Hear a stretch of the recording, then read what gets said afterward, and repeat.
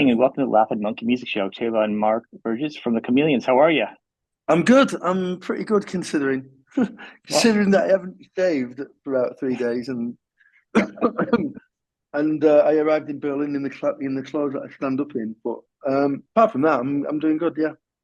Well, you look good, and I'm going to say, as I think earlier. So a couple months ago, I spoke to you the first time, and it was one of my first introductions. Actually, what's interesting is you being in a band as long as you have, and you have a huge following, almost cult-like. And I'd heard of you, but not enough to dive into it. All the music I do, there's so much music. So at my age, to discover a band and then like it as so much as I do and get excited, it's almost like a treat because I've fallen in love with your songwriting. The more I've gone into this after we spoke, I like the EP. We talked. We had a great talk. I dove into some more of your music. You came into town. It was in the Hamden Spice Ballroom, and you put on a fantastic show. And I met you afterwards. It was crazy is when I met you, you put on this fantastic show. Everyone was with their feet the whole time.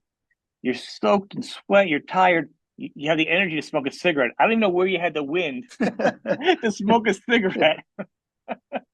I know, crazy. I I've don't. got to quit. Actually, I'm on the brink. I'm on the brink of trying to quit again. I don't want to sound like a parent, but you should. But I gotta Yes. be honest with you, I was amazed the performance you put on. Before we talk, we're talking about the EP tomorrow. Remember yesterday, so Mm, which is really fun for me. Like coming in, like I said, I'd never knew all your music, and you do in Strange Times. And this tour is fantastic. I've never seen you live, and I didn't know all the songs. So odd for me because I'm such a music nerd. I know everything coming in, and it's no surprises. Everything was so either catchy or melodic, and the instrumentation was so good. The fan, it was you were so very engaging into the club. It was such a good show coming in and thank not you. knowing much. Oh, you're very welcome. I encourage people to go see you. Um, really, I was really blown away. I've seen a lot of shows, Thank and thank thank you so much. oh, you're welcome. And from part of that is so is your songwriting, which I'm really been digging because there's something very sublime about your writing, where sometimes your melodies, like some songs are usually like the chorus is like the big wave in an ocean, the big whatever. But sometimes your chorus and your melodies are like it's like a nice little rocky day, but you get the melody underneath the current there sometimes. Very smart, very fun, and I don't know. I mean, that's how you write if you do it on purpose. But it's to me, it's just brilliant. Um, It's very instinctive. I don't really think about it that much when I'm doing melodies to things. I kind of hear it in there and bring it out. I don't really think about it now. It's a very do you instinctive do you thing. do you feel that difference though from other songs when you turn on the radio? Do you feel like that's nothing like I would write? Yeah. Well, I think, yeah. I mean, I pride myself on the fact that I've got a style of my own, Hmm. and I think my voice. I've got a voice that's mine. Yep. Um, I always felt that that was the biggest accolade for a singer. If you could hear them on the radio or hear a record in the club, something you hear the singer and Yeah. you know immediately who it is. Oh yeah. Because nobody else sounds like that. And you have various singers that do that. Morrissey, for example, does that. Robert Smith can do that. McCulloch can do that. Bowie can do Hmm. that. And it takes a while to find your own voice because when you start off, you're trying to sound like the people you admire. I mean, when we wrote those songs that we're here to talk about, Yeah. it was very Julian Cope and John, and was a big influence on me. Paul Weller was a big influence Okay. on me. So I was tending to kind of like ape that in my own kind of way, and it wasn't until Strange Times really that I started to find my own voice. I feel, you know, but no, it's very instinctive. I don't really think about it that much. I just do it. Are you writing on guitar or on bass, just in general? Before we hop into the album, are you because you are a bass player on stage, but obviously you're not just Yeah. a one instrument guy. No, I mean, well, I was when I started. I mean, playing bass was the quickest way for me into a band. I wanted to be in a band like right away, and Right. that was the fastest. That was the fastest route for me. So, and then when Dave and Reg, when I joined them, it was very simple. The bass was the route, and it left them free to do what they do. And I just anchored the route, and the melodies are very inspired by what was kind of going on in the guitars, but mainly anchored to the root of the song. So I would say I'd started writing on bass, um, And then I actually wrote a song about 86. I actually wrote a song. I wrote the whole song on bass, which is Seriosity. I did Oh, all that okay. to bass chords, and then I didn't really start playing guitar much until around about 87 after I left the Chameleons. Yeah. And I wanted to do shows, and I needed to accompany myself because I didn't have a band. So I mean, I played a little bit of guitar, but I didn't really play it much. And then I started writing on guitar. So everything from, like from the late 80s up and through the 90s that I was doing, even when I was collaborating, I would do it all to guitar.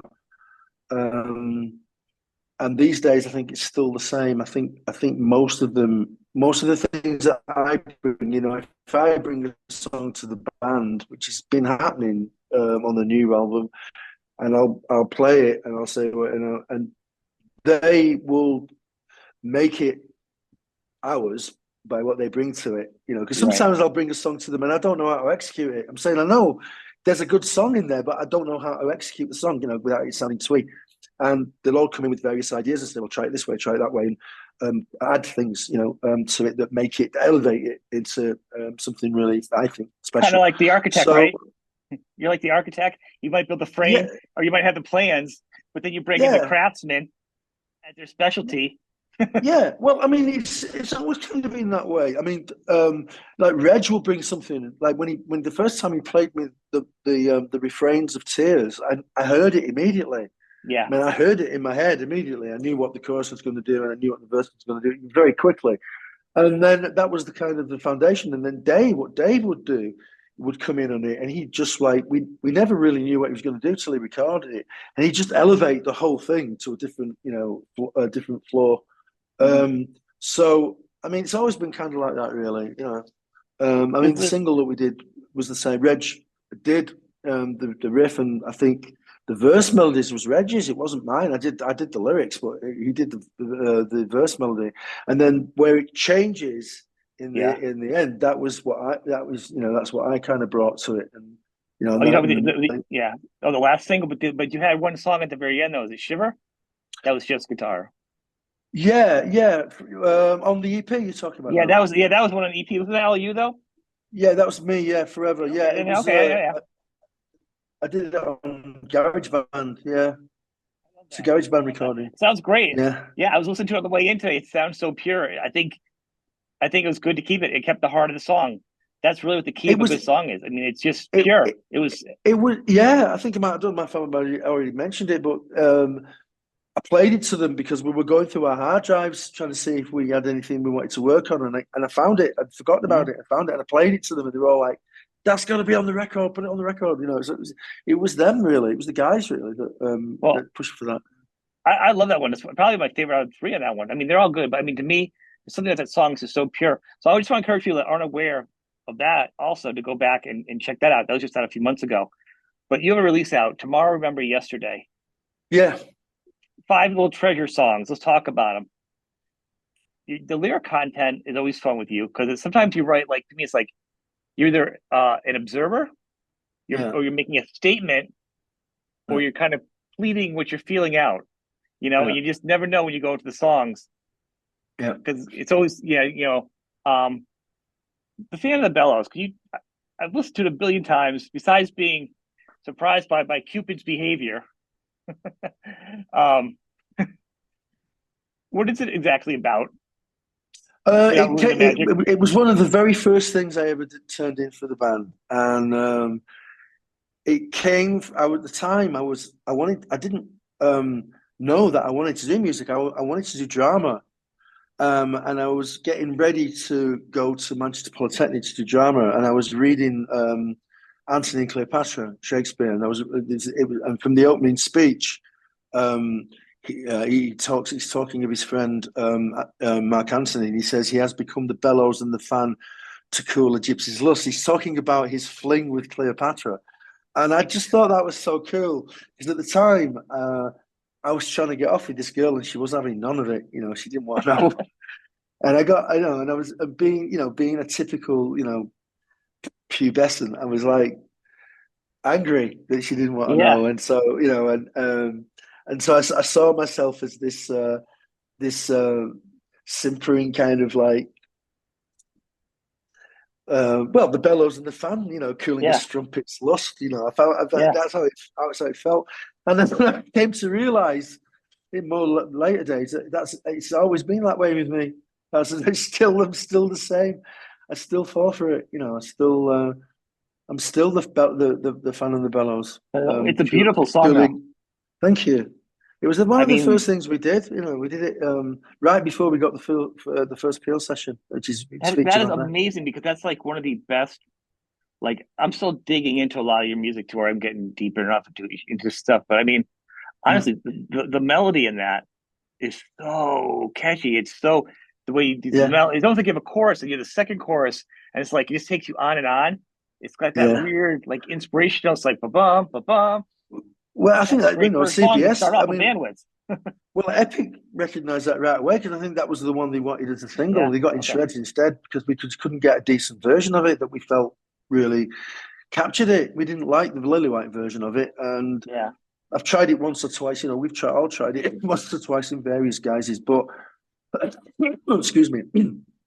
Finally, I think on this version we got it. I think we finally nailed it. No, I That love to it. me, yeah, I think it's a great version. I was so happy the way that turned out.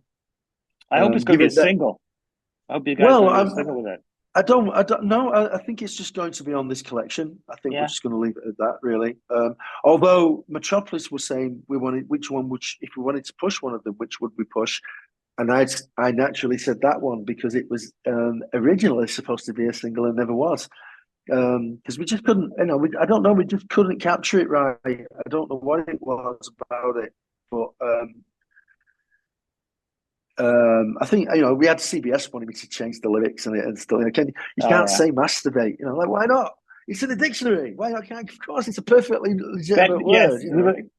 People that aren't aware, but you'll hear Masturbate. it. It's an activity instead of Cupid doing his arrows. He was a little sidetracked in this story. Uh, Yeah, it's a very fun play on words and in he the was whole shooting story. from a completely different Really, bow. oh my god, I am never gonna look Yeah, at Cupid to say yeah. now. You've totally just ruined every Valentine's Day every time I see Cupid now. Um, but it is good. I love to be able to hear like a visual and you can interpret something in a story, and it's great. And maybe because they're older songs, but you have newer members, Yeah, it kind of can dance on the line of people from that time period that love that music are a big part of your fan yeah, base. Love yeah, that kind, love it. But it's yeah, also got something fresh to it, also. And maybe yeah, that's the difference allowed you to kind of push through that last wall that was preventing you yeah. from hitting it. You like, you know, Thank you for pointing that out. I absolutely agree with that because it's almost as if we weren't quite, mature enough at the time to do it mhm, justice. And now, of course, we are. I think I also felt, it really reflects who the band is now rather than yeah, who the band were 20 years ago. Even though these were amongst the first songs we ever got together, a couple of them were never really felt finished. Endlessly Falling, which was part of this session, but we kept back yeah. for the EP that we released in May, and then and the rest of them, like Every Day I'm Crucified, was things I wish I said. They never really felt finished. And now they do. Now they have a completion about them, and the themes have evolved. With Things I Wish I'd Said about an old friend that you've fallen out with really becomes a lover that you haven't seen in a long time, and the regret and the nostalgic kind of regret that it slipped through your fingers. So it's like the themes themselves have matured a little bit as well, and I've been able to add things to it that make it feel a little bit more finished and a bit more rounded. I think you have life experience to it. I think when you're Yeah, younger and you hear this stuff, it feels so tragic and powerful because love when you're young is like it's the biggest thing ever. Well, it yeah, is when you're older, but it just feels so final. Everything feels so final when you're young. yeah, As you've yeah, gotten older, you have a history. You can go, well, look yeah, here, you can bullet point some of it, and now you're bringing the experience back to these songs, and people can listen to songs now and relate on a totally different level to the lyrics, yeah. I hope so. Yeah, which kind of gives them a second life, actually. To me, yeah, to me, I think besides Piano Bells, I love them all. Nostalgia is a great song. Nathan's Face. I think Every Day is probably my other favorite on the album. You know, that Yeah. I just love that one. Just kind of another great, powerful, catchy song. Yeah, I mean, well, we started doing them for a gig. We were doing 2 nights at Manchester, and we were doing like a history to bring Mhm. everything up to date. And when we were doing them, they just kind of, they took on this kind of like little bit more of an evolution about them and made them feel. And I remember turning around to Reggie, going, why didn't we throw this song away? Why did we Yeah, throw every day away? Why did we throw it away? And he's like, I don't know why we never did it. It just didn't make the cut at the time. But when we did it for the show, we really we said, we've got to record them. We've got to record them now. And that's how it started, really. was it maybe back then? There's a lot of artists That's because how that that's why was. that exists. I mean, but maybe back then, and maybe a lot of things were because a lot of the artists were very similar, and the music was similar, and your genre was stronger. Was there maybe like, oh, so and so band has a song similar, let's pull that back? I don't know. I mean, now there's no one to Well, compete with you. You guys that sound like did there's nobody out happen. there. That did happen. I mean, there were. I mean, I remember we did a song called "Turn to the Devices," and I just turned around and said, "It sounds like the Theatre Explodes." Right. It's something that Julian Cope would do, and so we would say, "Yeah, you're right. It's a bit derivative," and we'd set it aside. So sometimes that didn't happen, but I don't recall that happening with Every Day I'm Crucified. I just think it was we just felt we were writing better songs. We started getting into Right. like Don't Fall and Here Today and stuff like that. We just felt they were strong. They were the stronger songs, and so they just never. We never, we set them aside and we never took them out again. I mean, Well, at I the think this is time, great. They have a second. I'm sorry, I missed above you. I think they have a second life. This is kind of great, kind of fun, and probably also good for you, yeah, your songwriting, because you guys got to get to kind yeah. of go back a little bit and kind Well, of well, revisit and that then is resharpen. that man. You're right on the money. That's a very, very astute thing because I'd been saying similar. It was like here we are. We brought new people in. Dave left the band 20 years ago. He's took his guitar sound Mhm. with him. That's it. Yeah, And here we are now. We've got like for the first time we feel everyone's in place that we can take the music forward. And by pure accident, if just by following the current that brought us into the studio to do these, it's like we went right back to the very, very root of the band before even Peel Session, yeah, before David crafted the sound, even before he discovered the Roland 301, and he was still on yeah. flanges. It was we hadn't even got our sound and we hadn't even got our Peel Session. It was right at the beginning, and it seemed like we were able to do that. It was kind of fun because it was like time traveling, and then we kind of like in this time traveling situation, and we go, well, that's the way we went, right? Yeah. Let's try going this way this time. So it's almost like a parallel fucking universe or something, Well, where we can yeah, just go off in a different direction. and it lets you play old songs, new songs, and songs you're familiar with. Yeah. And in a way, this is a great. It works out great as a tide over because I think this is a different. Is this a different label? These 5 songs coming out, Well, German label. in typical Chameleon style, nothing's ever straightforward with this band. It started with a friend of mine called Philip Strobel, who has a label here in Berlin, an underground like vinyl label called Aufnahme plus Wiedergabe, and he's putting a lot of interesting stuff out. And I was at his birthday, which just happened to be on New Year's Eve, and he asked me. He said, "I don't suppose Chameleons have got anything that And I said, well, as it happens, Philip, we might actually have something because at Christmas we just did these legacy songs that Yeah. we pulled out of the hat from '81, and we want to record them. So that might be a good project for us to do together. So that's how it started. So he's doing the vinyl copy of this. He's had a setback actually. His mastering engineer got an ear infection, so it's Oh, left him. He's delayed it. So, but he's doing the vinyl copy, and then Metropolis came in and said, "Well, we'd really like to do the digital, the download version of it." yeah. So it's actually spread across 2 labels. It's Metropolis doing the Okay. digital, and Afnama plus Vida Gaba are doing the vinyl. So, and then we are getting a lot of people asking us, is there going to be a vinyl version? So, we're trying to collate all that information so that they can, when it finally hits, they can get it. I mean, if they're in America, they can be able to buy that from Metropolis as well, because Gail at Metropolis is saying she's going to buy copies from Philip to sell Okay. on the label Bandcamp. So if you're in America, go to Metropolis for it because then you don't have to pay ridiculous postage costs. Well, that would help. That would help definitely. I mean, I think, They're as I more said, than if the you think record. it's, More than, there's something I would say. If record labels and our managers aren't paying attention, this is actually probably something that a lot of bands that want to get their fire going, because it's not a full album. It's revisiting No. some old stuff, but it's repolishing Yeah. up. This is Yeah. kind of brilliant in a way, not meaning to even be like some kind of super great plan. You put some No. songs out, but the way Yeah. that the market is right now, putting out this little EPs and while you're preparing and rebuilding up your audience again for the album. Yeah. Hopefully, we'll be Yeah. talking about soon. I hope I'll be on the Yes. end of this conversation. We'll be chatting about that. Yeah. I You mean, know, it was it's supposed to you're finish it building in up July, again. but yeah, I mean, it's worked out really well because it has been delayed a little bit because we were supposed to finish it in July. I had a load of things I had to deal with in July, and I just said to the guys, "Look, I need hiatus. I can't. I need to. I can't. You know, I need to focus on my home life for a little bit."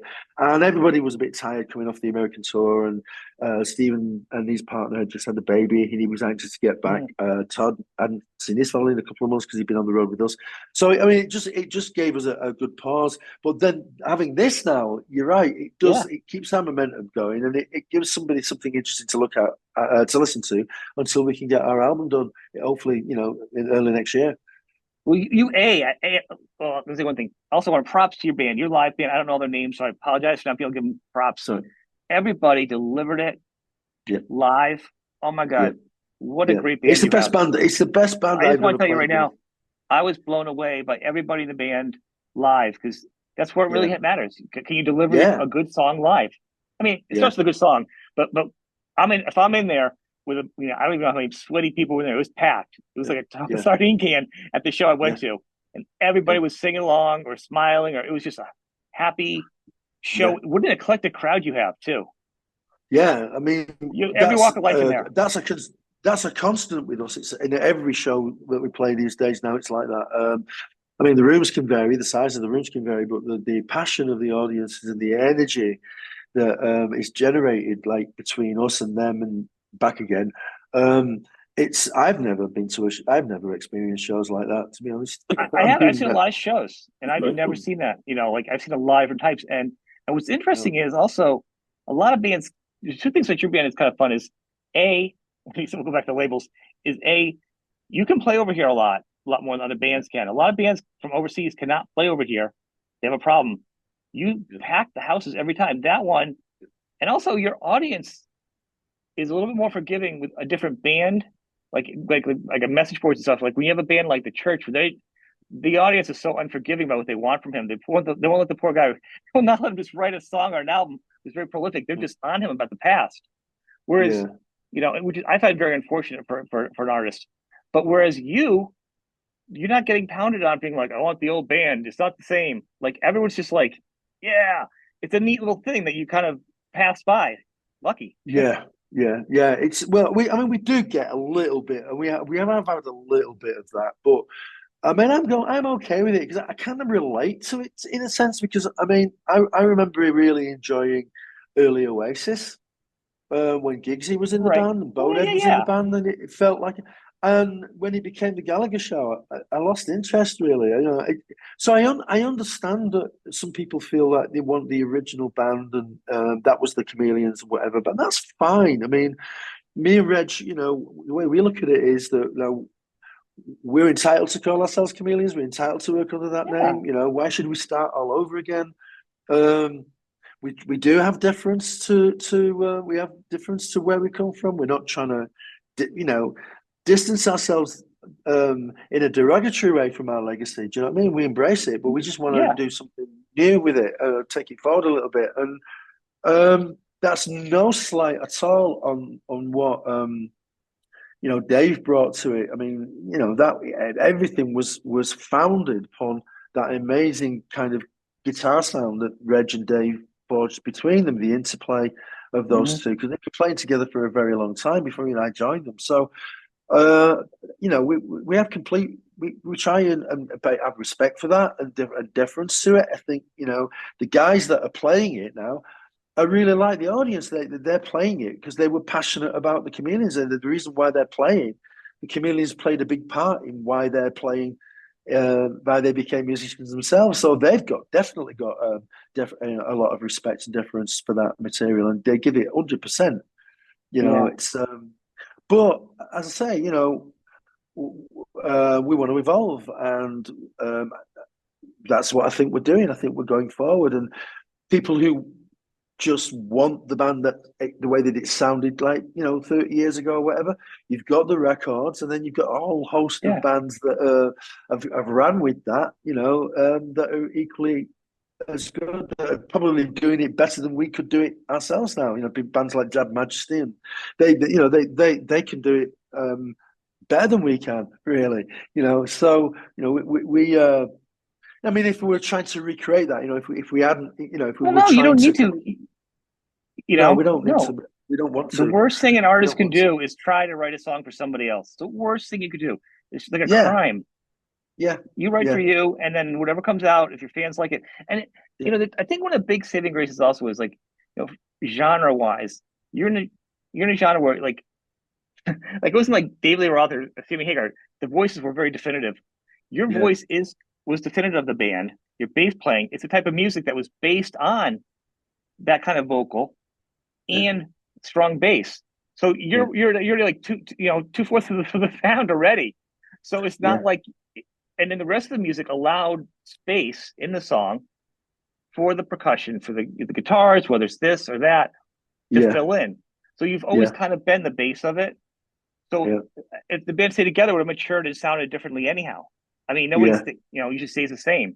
And well, as much as proud as we are of what we were able to do, and especially in the way that we did it as well, because we're always the outsiders. It can also be a straitjacket when it comes to writing stuff, because I think when we got to Strange Times, we started really to mature as songwriters, and certainly had the fourth album come at that time, I think it would have been a major step forward for us. But unfortunately, the band split before we could finish it. But you get a kind of, because they are these days. But it's really was a labor of love from even the guy that put the sleeve together, Chris Connolly. Reg provided the art. Chris was the architect for the sleeve. Right. He's passionate. He was passionate about it, as much as passionate as we were when we were doing that back in the day. So, I mean, it's a real labor of love from everyone involved, and we wanted to give it a shot. So when it was suggested to us that we go out and play it, and it's a challenging piece of music to play. I think I might have said this to you before. I don't know, but it's more enjoyable than, say, doing the others, because it does mark a departure. There are songs in there that we'd never kind of done before. We'd never done anything like Caution. We'd never done anything like Tears. We'd never done anything like even Swamp Thing or anything like that. It was a real step forward, and probably closer to where we are now than anything else that we've done previously. So, but yeah, you're right. I mean, nobody can stream it. I keep getting letters. Why can't we stream it?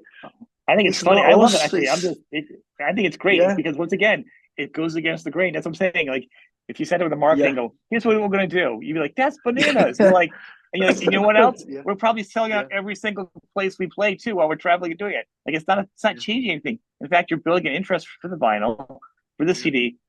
I would love to see you do, like, at some point a live album of this tour, one of these tours, because or whatever you call it, because the energy of the shows and how good you sound live. Yeah. Not all bands can be good live sounding, and it sounds, great. It'd be a great live album. I think I'd be open to. I'd definitely be. I think we're going to film the Albert Hall in December in Manchester, and the guy that did it filmed us doing a kind of a mini indoor festival last December in Porto. In Porto, he did a multi-camera filming of it and mixed it, and we were blown away by it. So we've got him to come to Manchester in December to film that show. Excellent. But I would be open for that, really. I think I'd be more open to make it a film rather than a live recording. I think, if we were going to do Strange Times set, then I would like to do it that way, really. Then you get the whole. I think I think it's better. I'm just thinking experience. At the very least, somebody should be recording off the soundboard, because you guys are so good right now, and people always go, it's a good time to, when you're hot, you're hot. Well, there's a guy who follows us around. He with our blessing, he comes to so many shows. He's been recording everything, and then eventually he just like dumps us all of the stuff and says, "There you go, do what you want with it." So I mean, it might well be we might do Yeah, that, you know. excellent. Well, Yeah, Mark, I want to yeah. thank you. You know, as much it's always a pleasure talking to you. You know, and Thank I'll be you. looking forward to the new album. But first, people check Yeah, out the EP. It should be out now. The release of this is out within a few weeks of when this goes up. Um, yeah, it'll be yeah. up But streaming. I think the digital one's tomorrow. Yeah. And then we've got to get. I've got to put a bum up Philip under Philip while I'm here in Berlin. I'm going to put a bum under him and see if I can get him to actually nail him down to a release date for the final. But it is coming. So look for the updates will be on the Facebook Chameleons Facebook page. Is probably the best place to go Yeah, for updates right now, for yeah, all it this is at stuff. the You moment. Yeah, know, and I encourage people to check out the single, which is really a 3-song EP sort of. And now this one that comes out is another 5 songs. There's 8 songs right there for you people of just kind of something borrowed, something new, you know, type of thing going on. Of this to hold yeah, you over for the new album, you know. yeah. So I'll be looking forward to to hearing the new album next year and hopefully talking and seeing you back up in the New England area again on tour. It'd be fantastic. Thank you. Yeah, I love playing out there. So yeah, It's so much fun. Thank you. Thank you for your time. People check them out. Thank you, thank you, man. Sean. I appreciate it. Take care. Thank you, Bye man. bye. Thank Bye you. bye. Bye bye. Bye bye. Bye bye.